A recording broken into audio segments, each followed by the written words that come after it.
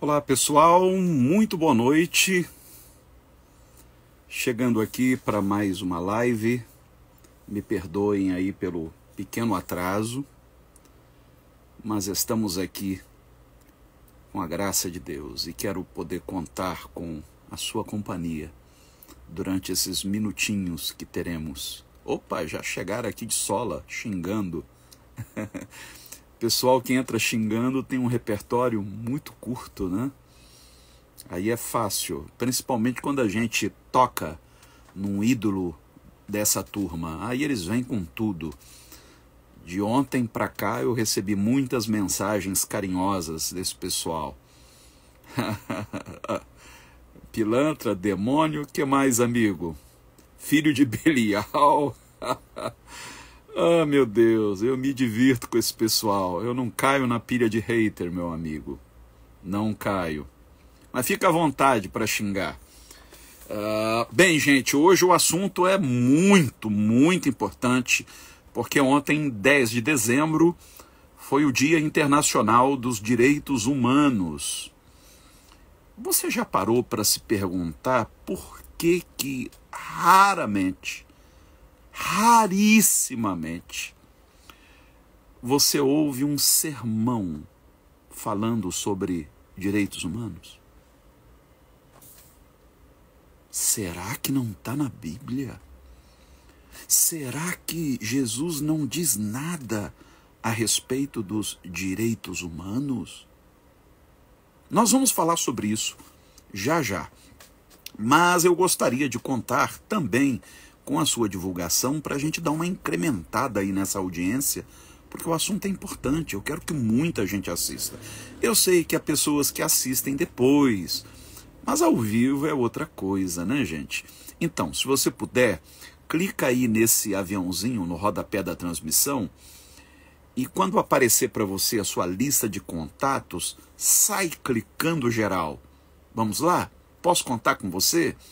Então, você pode também pegar o link dessa transmissão e postar nos seus grupos de WhatsApp, nos seus grupos de familiares, de amigos, mas nos ajude. Nós queremos alcançar hoje um maior número de pessoas, porque o assunto é quente, é quentíssimo.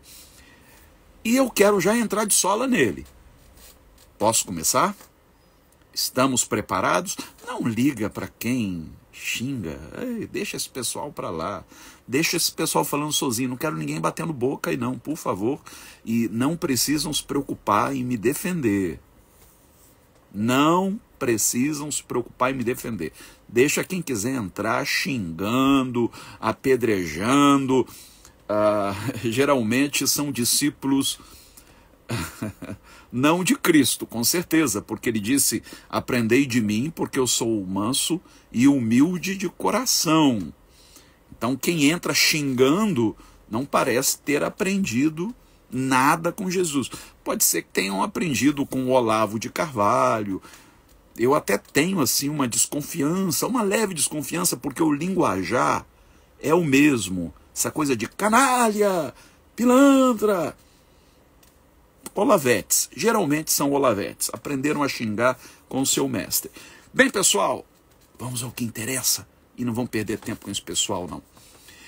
Eu gostaria de ler com vocês, antes de irmos às Escrituras, porque toda live minha, você sabe, a gente sempre lê um trecho das Escrituras, mas hoje eu queria ler um trecho da Declaração Universal de Direitos Humanos. Muita gente não conhece. Vamos ler? Eu não vou ler todos os 30 artigos, porque me tomaria muito tempo, mas eu te encorajo a dar um Google e ler depois. Eu vou ler apenas os primeiros artigos. Artigo número 1 da Declaração Universal de Direitos Humanos. Todos os seres humanos nascem livres e iguais em dignidade e direitos. Todos. Já começou bem, né? Ninguém nasce escravizado. Pelo menos não deveria. Ou ninguém nasce escravo. É por isso que hoje a gente não se refere mais às pessoas como escravas, mas como escravizadas, porque não é uma condição inerente ao ser humano. Todos nascem livres e iguais em dignidade e direitos. Então, independentemente da sua posição social, independentemente da cor da sua pele, da sua orientação sexual, da sua identidade de gênero, do credo que você professe, todos nascemos livres e iguais em dignidade e direitos. São dotados de razão e consciência e devem agir em relação uns aos outros com espírito de fraternidade. Artigo número 2. Todo ser humano tem capacidade para gozar os direitos e as liberdades estabelecidos nesta declaração, sem distinção de qualquer espécie, seja de raça, cor, sexo, língua, religião, opinião política ou de outra natureza, origem nacional ou social, riqueza, nascimento ou qualquer outra condição. Então, de acordo com a Declaração Universal de Direitos Humanos, isso é só um exemplo, um palestino não tem menos dignidade e menos direitos do que um israelense. Um branco não tem mais direitos do que um indígena ou do que um negro. Artigo número 3. Todo ser humano tem direito à vida, à liberdade e à segurança pessoal. Artigo número 4. Ninguém será mantido em escravidão ou servidão. A escravidão e o tráfico de escravos serão proibidos em todas as suas formas. Gente, isso aqui foi um salto muito grande dado pela sociedade humana. Artigo número 5. Ninguém será submetido à tortura. Alô? Ninguém será submetido à tortura, nem a tratamento ou castigo cruel, desumano ou degradante.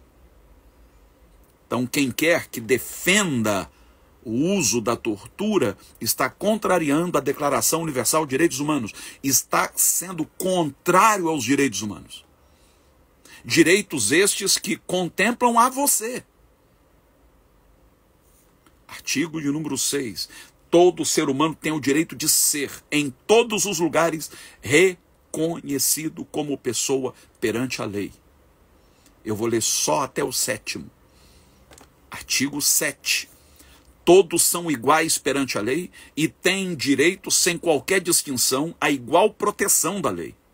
Todos têm direito à igual proteção contra qualquer discriminação que viole a presente declaração e contra qualquer incitamento a tal discriminação. Tá de bom tamanho para você?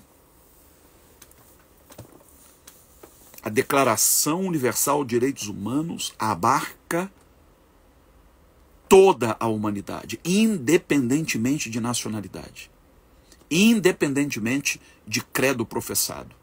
Então, o direito que eu tenho como cristão é o direito que tem o candomblessista, que tem o muçulmano, o judeu, o hinduísta, o ateísta. Todos gozamos dos mesmos direitos. Agora, gente, eu conheço a história dos direitos humanos. Eu não quero discorrer acerca disso aqui. Eu poderia falar um pouco da Revolução Francesa. Eu poderia falar um pouco da Revolução Estadunidense.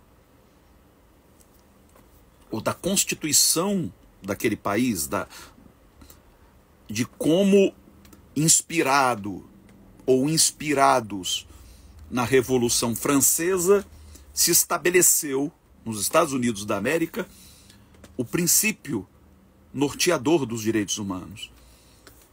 Eu poderia falar de como isso chegou ao Brasil, mas não é disso que eu quero falar. Aliás, se você quiser se aprofundar um pouco no tema, você pode comprar um livro de minha autoria que está disponível no Amazon, chamado O que a Bíblia diz sobre direitos humanos. Aliás, dentre os meus livros, o mais bem avaliado na Amazon é este. Infelizmente eu não tenho ainda a versão física dele. Mas eu quero falar hoje de direitos humanos com base na Bíblia. Porque hoje tem muita gente empunhando a Bíblia para defender que bandido bom é bandido morto. Para defender tortura. Muita gente usando a Bíblia para atentar contra a dignidade de certos segmentos da sociedade. Para incitar o ódio a esses segmentos. Bem, o diabo usou a Bíblia para tentar Jesus no deserto. Eu amo este livro. Aprendi a ler este livro com a minha mãezinha, que nos reunia todas as manhãs num culto matutino, que nos fez, a mim e a meus irmãos, desfolhar este livro, aprender com este livro. Mas eu sei que este livro mal usado pode justificar todo tipo de desatino cometido pelo ser humano. Eu quero ler com vocês apenas uma passagem. É a que está registrada no Evangelho segundo São Mateus, no capítulo 25. Antes de ler, a base para os direitos humanos é o fato de que todo ser humano tem uma dignidade intrínseca. Já nasce portando esta dignidade. Então não é algo que ele deva conquistar, é algo inerente à sua condição humana.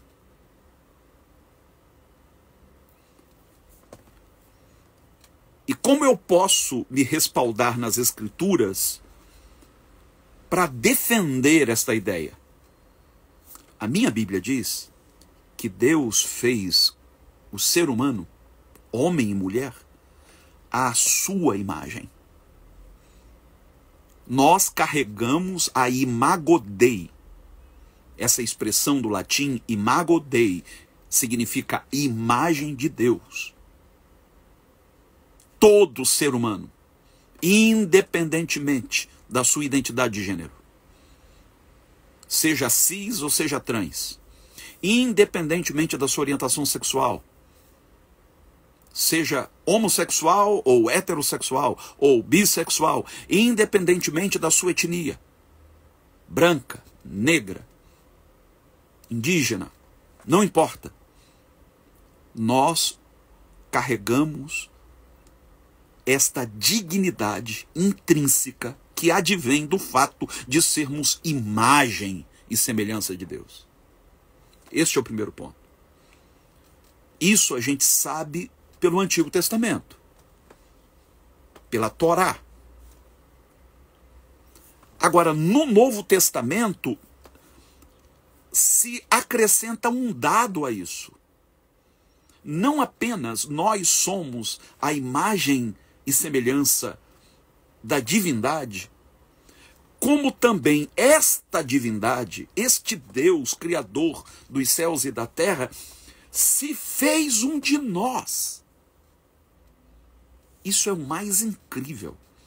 Dentro do Evangelho, o dado mais importante é que o Deus que fez todas as coisas mergulhou na existência. Caio Fábio, meu amigo, mestre, costuma dizer que Deus não existe, Deus é. Eu concordo plenamente, Deus é. Ele está para além da existência. Ele transcende a existência. Mas o Evangelho nos traz um dado novo. Esse Deus que é, mergulha na existência e passa a existir através de um homem, de um ser humano. Jesus, Yeshua, o Cristo. Ele assume a nossa condição, de modo a elevá-la a um patamar jamais alcançado antes. Por isso que o apóstolo São Paulo vai dizer em Efésios, no capítulo 2, que nós ressuscitamos juntamente com Cristo, ascendemos juntamente com Ele e estamos agora assentados nas regiões celestiais. Isto é, Ele nos elevou juntamente com Ele. E isso não diz respeito apenas àqueles que se reúnem num templo para louvá-lo todos os domingos. Isso diz respeito a toda a humanidade. Nós temos um representante da nossa raça sentado à destra do Pai todo amoroso. Nós fomos elevados juntamente com Ele, não por méritos nossos. Por isso que o texto lá é claro: pela graça sois salvos. Salvos de quê? De uma existência inautêntica, desperdiçada.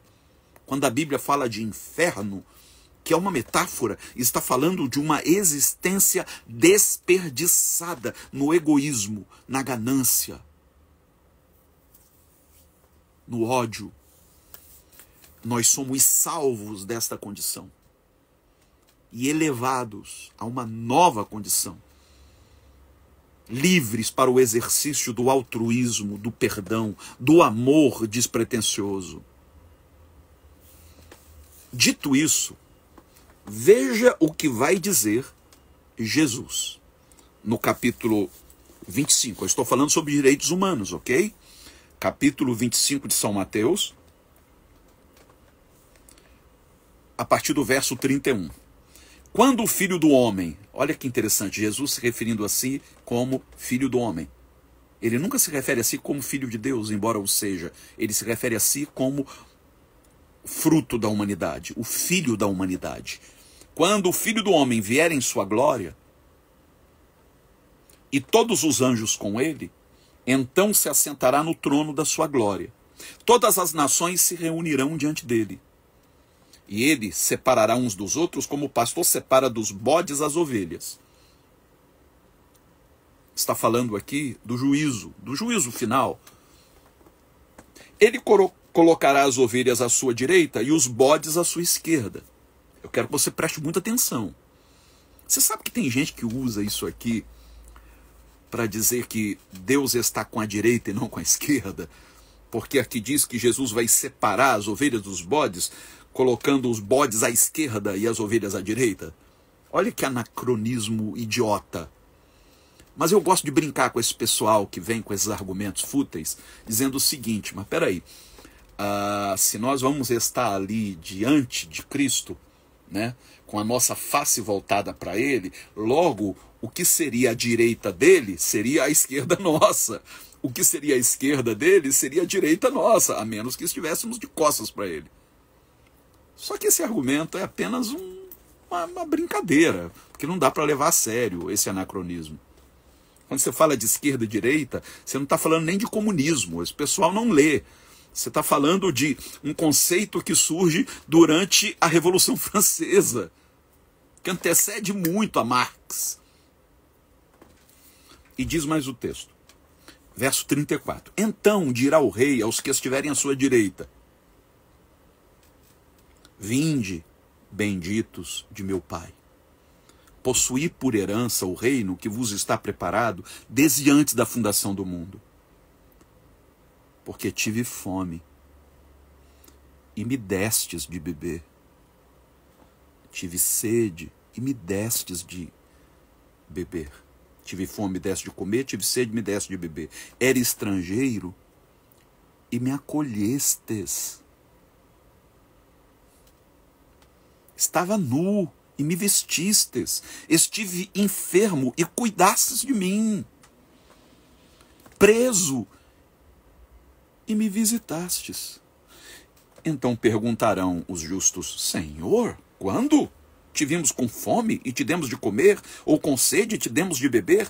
Quando te vimos estrangeiro e te acolhemos? Ou nu e te vestimos? E quando te vimos enfermo ou preso e fomos visitar-te? Responderá o rei: em verdade vos digo que quando fizestes, alô, a um destes meus pequeninos irmãos, a mim o fizestes. Aqui está a base cristã para a defesa dos direitos humanos. Como se não bastasse havermos sido criados à imagem e semelhança de Deus, agora Deus se faz um de nós através de Jesus.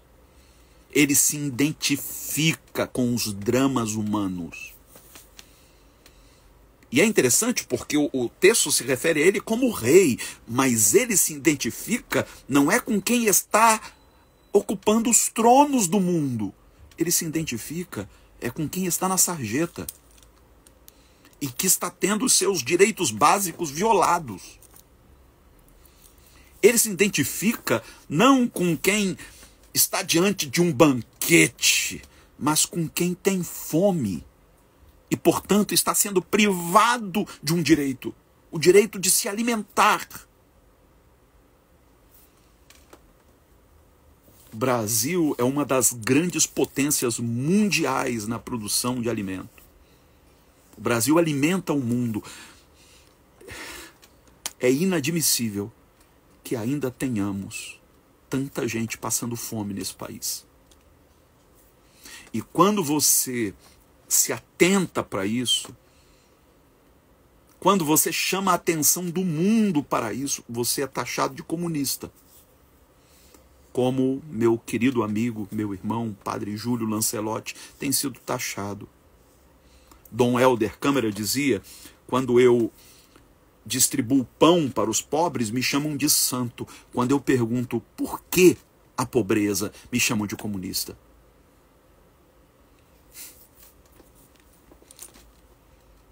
Quando eu vejo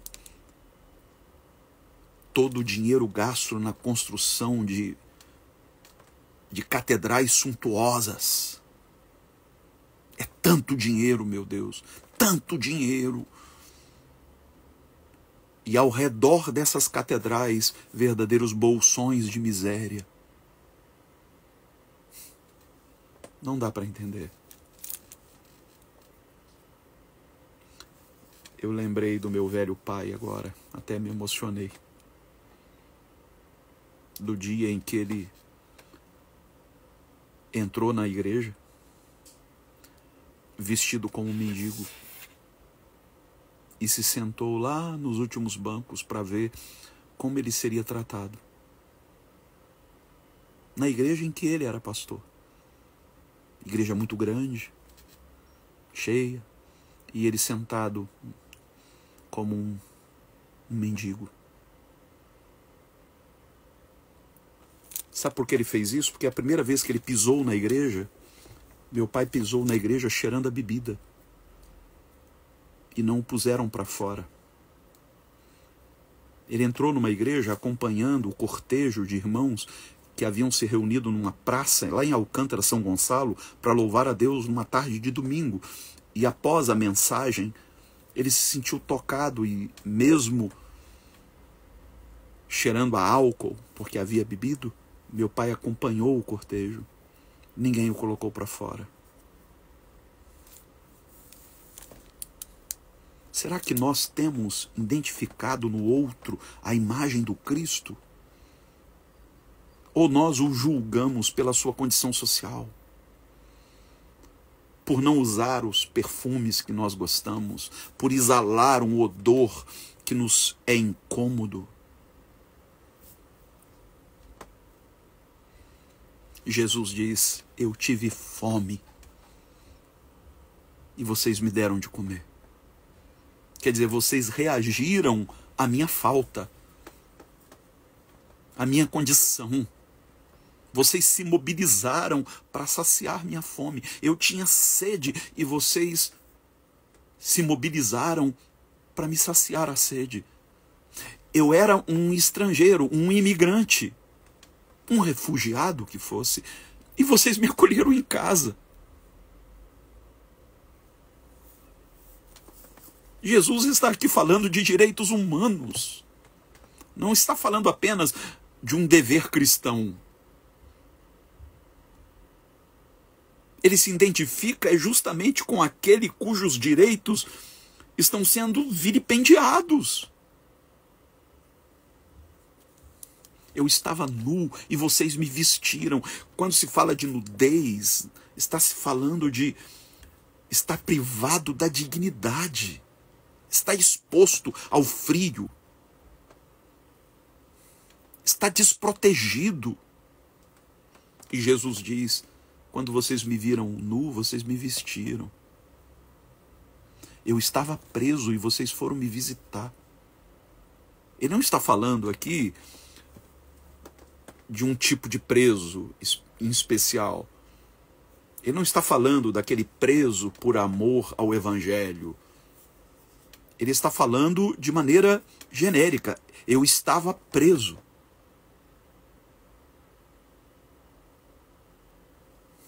Como é que eu vou enxergar Jesus numa pessoa que está cumprindo uma pena? Será que aquela pessoa tem direitos? Alguém comentou aqui, a mesma pessoa que estava me xingando agora há pouco, não sei se ainda está por aí, mas eu vi que o rapaz aí comentou dizendo direitos humanos para humanos direitos. Então aquela pessoa que foi presa deixou de ser humana? Ela tem que ser torturada, espancada? Aquilo que estão fazendo aqui em Copacabana, eu estou falando do Rio de Janeiro, minha cidade, aqueles rapazes justiceiros que estão espancando outros, julgando que sejam criminosos, talvez pela cor da pele, mesmo que sejam pegos no flagrante cometendo um delito, eles devem ser linchados?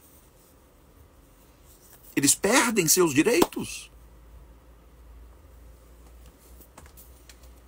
Bandido bom é bandido morto, dirão alguns.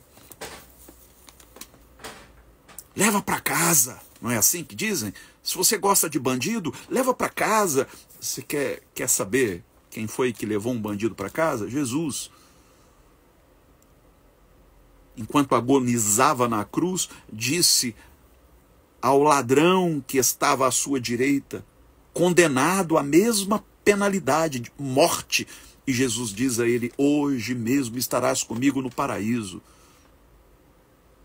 Alguns dizem que o paraíso foi inaugurado com aquele ladrão. Jesus chega no céu acompanhado dele. Gente, isso me emociona. Isso me emociona muito.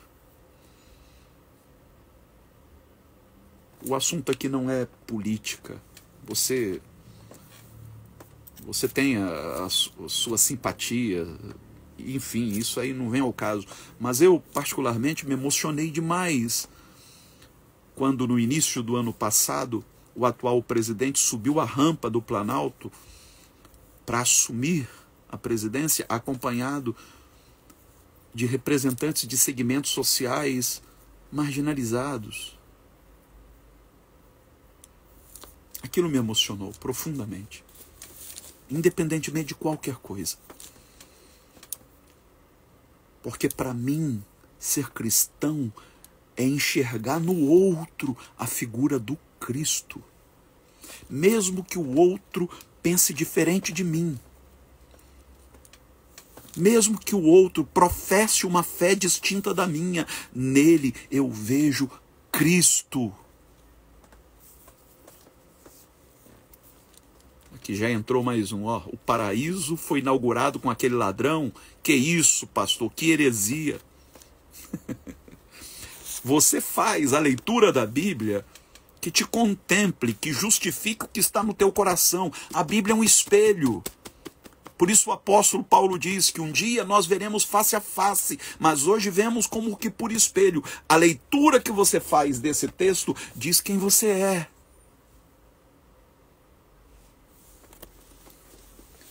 Por isso que eu lhe digo, se você não teve um encontro com Jesus que te fizesse enxergar o próximo com os olhos do amor, então em nome de Jesus eu te suplico, converta-se, porque não há conversão a Deus que prescinda da conversão ao próximo. Não há, é nulidade.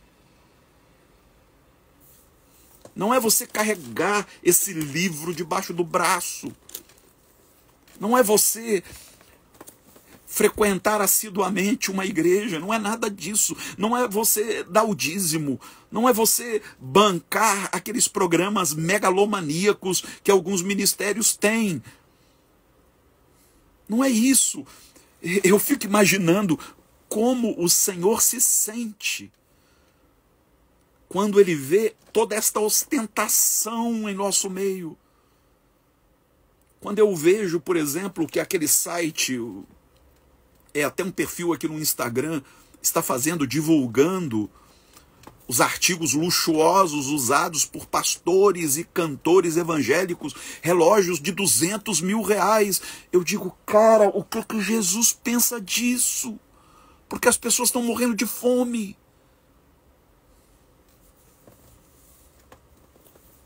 Eu lembro da lista de Schindler, quem não assistiu, assista. No finalzinho do filme, para quem não sabe a história, né? Schindler foi um homem, um alemão, que usou boa parte da sua fortuna. Ele era um homem rico, um empresário, e ele usou parte dessa fortuna para preservar a vida de funcionários judeus. Não deixar que fossem mortos pelo regime nazista. E no finalzinho da vida, ele entra numa crise muito grande. Ele olha, eu não sei bem, tem muitos anos que eu assisti ao filme, mas ele olha, eu acho que um carro de luxo que ele tinha, e diz, quantas vidas eu teria salvo com este carro? Você trabalha, você é um empresário, você é uma pessoa bem-sucedida, ok, não é pecado você desfrutar de uma vida confortável. Agora, se você é um seguidor de Cristo, antes de comprar um relógio de 200 mil, você pensa, cara, aqui pertinho de mim, num raio de 200, 300 metros da minha casa, tem alguém dormindo a relento. Sabe quem é que está dormindo a relento? É Jesus. É por isso que eu não posso abonar a meritocracia, essa ideia louca de que se você tem é porque você merece. Não, você teve oportunidades.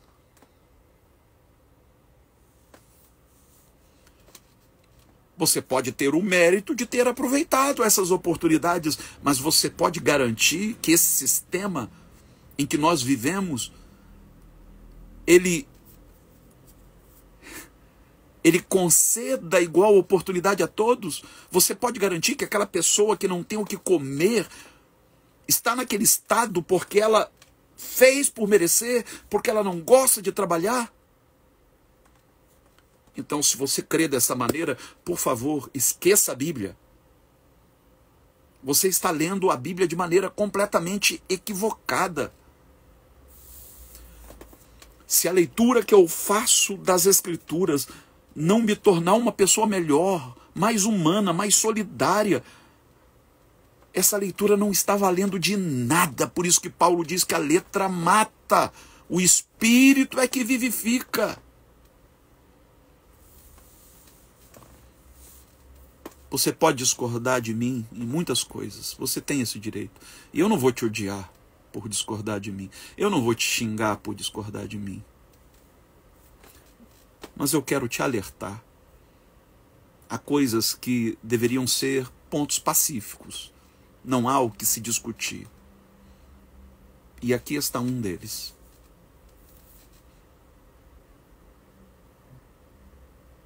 As pessoas existem para ser amadas, não para serem usadas. As coisas existem para serem usadas, não para serem amadas. Nós invertemos isso. Nós amamos as coisas e usamos as pessoas para adquiri-las.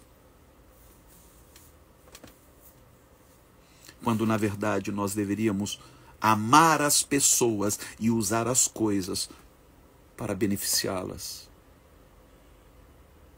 para tornar a vida delas mais digna. Então não dá para se dizer discípulo de Jesus e ser contrário aos direitos humanos. Não dá. Não tem como negociar isso. Não dá para ser discípulo de Jesus e ser ganancioso e só pensar em si. E não desejar partilhar. Porque aqui está o cerne do cristianismo. Se tirar isso do cristianismo, o cristianismo se torna o quê? Uma religião que não é digna de ser seguida. Porque nos torna presunçosos, arrogantes, mandando todos os que discordam de nós para os quintos dos infernos. Não era nisso que Jesus pensava quando ele deu o pontapé inicial numa revolução de amor que tinha como objetivo transformar o mundo, torná-lo mais justo, mais solidário. Pai, em nome de Jesus, eu quero pedir que o teu doce Espírito testifique no coração dos meus irmãos, das minhas irmãs. Nós estamos próximos do Natal, Senhor. E que sentido teria o Natal para nós se não partíssemos da ideia de que Deus se importou tanto com a sua criação a ponto de se fazer um de nós e de nascer numa condição tão humilde, de ser colocado numa manjedoura. Isso por si só já deveria ser suficiente, Senhor, para que nos compadecêssemos daqueles que estão numa situação de necessidade, de carência. A gente pensa em Natal apenas como uma oportunidade de consumir cada vez mais. Aproveitar que nesse período entra um dinheirinho a mais e comprar tudo o que pudermos. Coisas que muitas vezes nem precisamos. Mas somos convencidos pela propaganda de que se não tivermos aquilo, não seremos felizes. Que haja uma conversão no nosso coração, Senhor. Um deslocamento de eixo. Que deixemos de viver em função do nosso próprio aprazimento e passemos a viver em função do bem comum. Movidos por amor, não por ódio, não por ganância. Esta é a minha oração, Senhor. Em o nome de Jesus. Amém.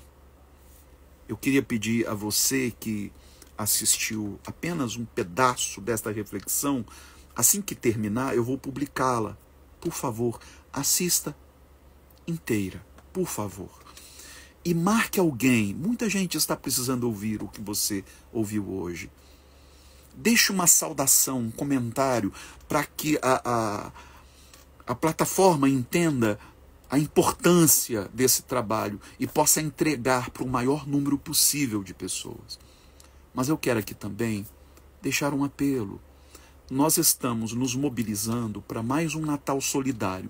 Todo ano nós fazemos um Natal solidário. No ano passado, inclusive, nós fizemos nas ruas.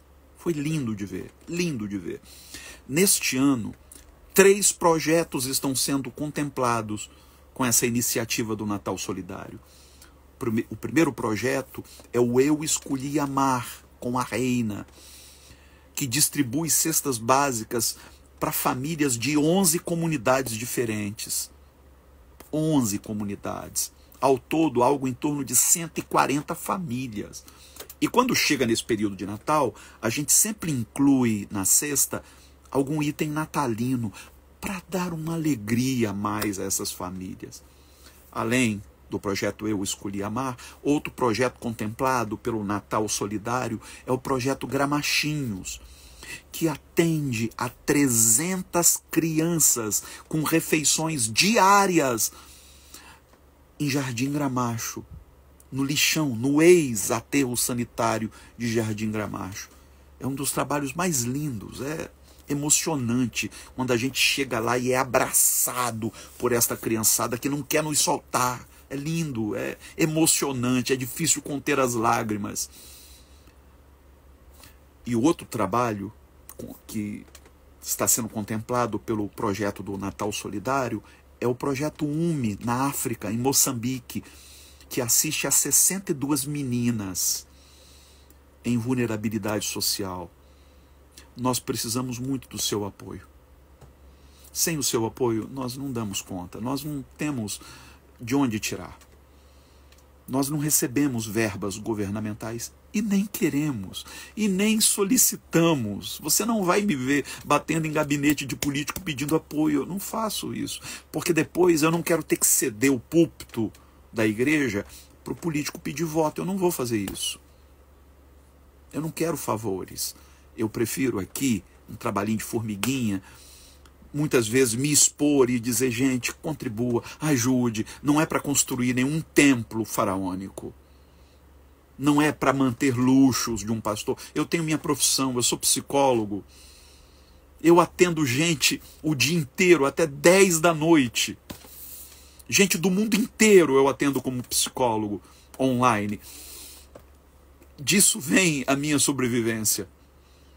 Nós estamos aqui trabalhando para tornar a vida dos nossos irmãos mais digna, principalmente no Natal. Se você quer nos ajudar, com a quantia que você puder, o que Deus tocar no teu coração, você vai enviar sua contribuição para o seguinte Pix: 21 99797 8135. 21 99797 8135.